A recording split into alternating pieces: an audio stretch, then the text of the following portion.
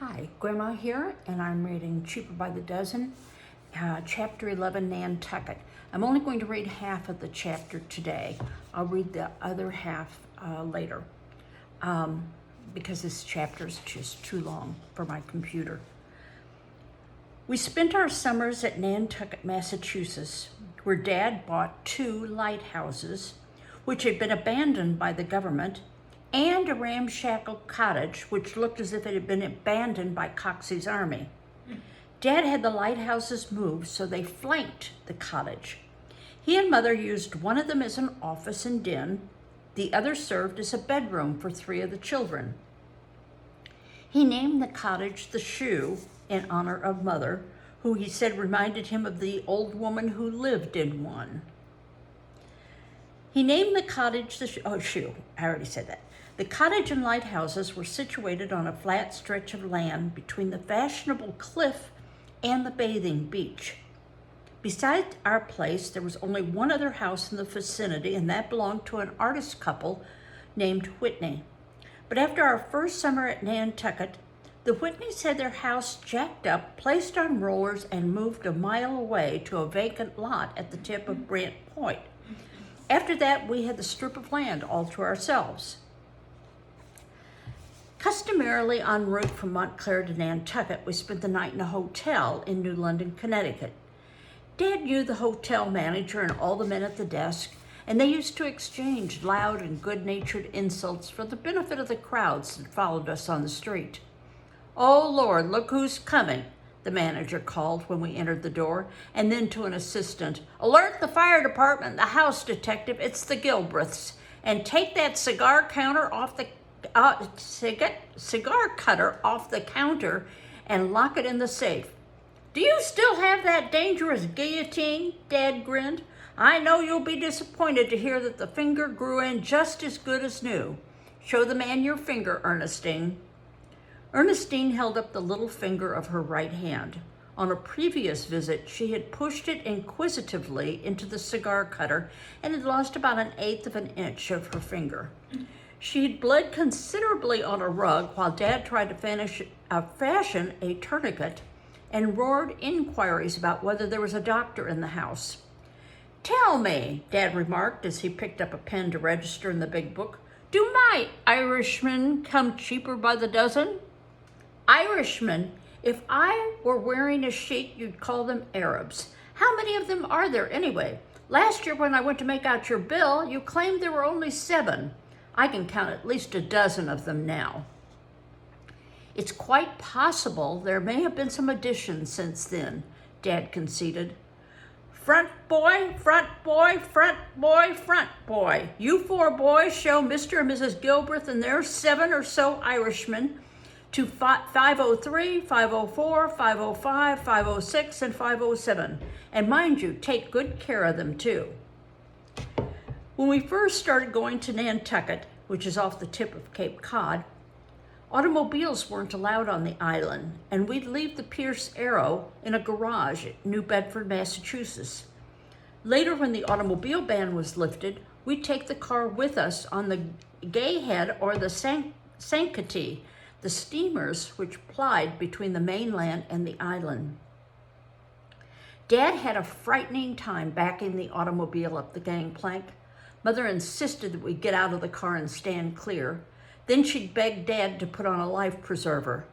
"I know you and it are going into the water one of these days," she warned. "Doesn't anybody, even my wife, have confidence in my driving?" he would moan. Then on a more practical night, "Besides, I can swim." The biggest problem on the boat and in the car was Martha's 2 canaries, which she had won for making the best recitation in Sunday school. All of us, except Dad, were fond of them. Dad called one of them "Shut Up" and the other one "You Heard Me." He said they smelled so much they ruined his whole trip and were the only creatures on earth with voices louder than his children. Tom Greaves, the handyman who had to clean up the cage, named the birds Peter Soil and Maggie Mess. Mother wouldn't let us use those full names. She said they were Eskimo. Eskimo was Mother's description of anything that was off-color, revolting, or evil-minded. We called the birds simply Peter and Maggie. On one trip, Fred was holding the cage on the stern of the ship while Dad backed the car aboard. Somehow the wire door popped open and the birds escaped. They flew to a piling on the dock and then to a roof of a warehouse. When Dad, with the car finally stowed away, appeared on deck, 3 of the younger children were sobbing. They made so much noise that the captain heard them and came off the bridge. "What's the trouble now, Mr. Gilbreth?" he asked. "Oh, nothing," said Dad, who saw a chance to put 30 miles between him and the Canaries. "You can shove off at any time, Captain." "No one tells me when to shove off when I'm ready to shove off," Captain announced stubbornly. He leaned over Fred. "What's the matter, son?" "Peter and Maggie," bawled Fred. "They've gone over the rail." "My God," the captain blanched. "I've been afraid this would happen ever since you Gilbreths started coming to Nantucket." "Peter and Maggie aren't Gilbreths," Dad said irritatedly. "Why don't you just forget about the whole thing and shove off?" The captain leaned over Fred again. "Peter and Maggie who? Speak up, boy." Fred stopped crying. "I'm not allowed to tell you their last names," he said. "Mother said they're Eskimo." The captain was bewildered. "I wish someone would make some sense," he complained. "You say Peter and Maggie, the Eskimos, have disappeared over the rail?" Fred nodded. Dad pointed to an empty cage. "2 canaries," Dad shouted, "known as Peter and Maggie, and by their other aliases, have flown the coop. No matter, we wouldn't think of delaying you any further." "Where did they fly to, Sonny?" Fred pointed to the roof of the warehouse. The captain sighed. "I can't stand to see children cry," he said. He walked back to the bridge and started giving orders. 4 crew members, armed with crab nets, climbed to the roof of the warehouse. While passengers shouted encouragement from the rail, the men chased the birds across the roof, back to the dock, onto the rigging of the ship, and back to the warehouse again. Finally, Peter and Maggie disappeared altogether, and the captain had to give up. "I'm sorry, Mr. Gilbreth," he said. "I guess we'll have to shove off without your canaries." "You've been too kind already," Dad beamed. Dad felt good for the rest of the trip and even managed to convince Martha of the wisdom of throwing the empty but still smelly bird cage over the side of the ship. The next day, after we settled in our cottage, a cardboard box arrived from the cabin. It was addressed to Fred, and it had holes punched in the top. "Ugh, you don't have to tell me what's in it," Dad said glumly. "I've got a nose." He reached in his wallet, handed Martha a bill. "Take this and go down to the village and buy another cage. After this, I hope you'll be more careful with your belongings." Our cottage had one small lavatory, but no hot water, shower, or bathtub. Dad had thought that living a primitive life in the summer was healthful. He also believed that cleanliness was at least once a day.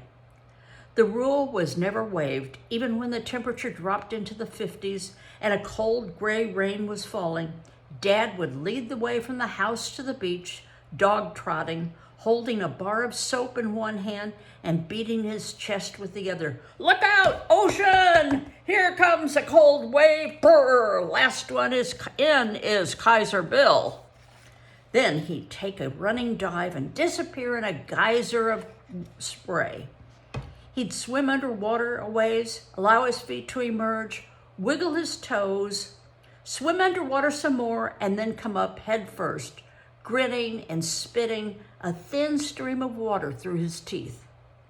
"Come on," he called. "It's a wonderful once you get in." And he'd start lathering himself with soap. Mother was the only non-swimmer, except the babies.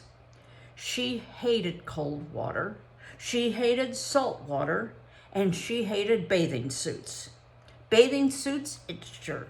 And although she wore the most conservative models with long sleeves and black stockings, she never felt modest in them. Dad used to say Mother put on more clothes than she took off when she went swimming. Mother's swims consisted of testing the water with the tip of a black bathing shoe, wading cautiously out to her knees, making some tentative dabs in the water with her hands, splashing a few drops on her shoulders, and finally, in a moment of supreme courage, pinching her nose and squatting down under the water until the water reached her chest. The nose pinch was an unnecessary precaution because her nose never came within a foot of the water. Then, with teeth chattering, she'd hurry back to the house where she'd take a cold water sponge bath to get rid of the salt. "My, the water was delightful this morning, wasn't it?" she'd say brightly at the lunch table. "I've seen fish who found the air more delightful than you do the water," Dad would remark. As in every phase of teaching, Dad knew his business as a swim instructor. Some of us learned to swim when we were as young as 3 years old, and all of us learned by the time we were 5. It was a sore point with Dad that Mother was the only pupil he ever had encountered with whom he had no success. "This summer," he'd tell Mother at the start of every vacation, "I'm really going to teach you if that's the last thing I do. It's dangerous not to know how to swim. What would you do if you were in a boat that sank?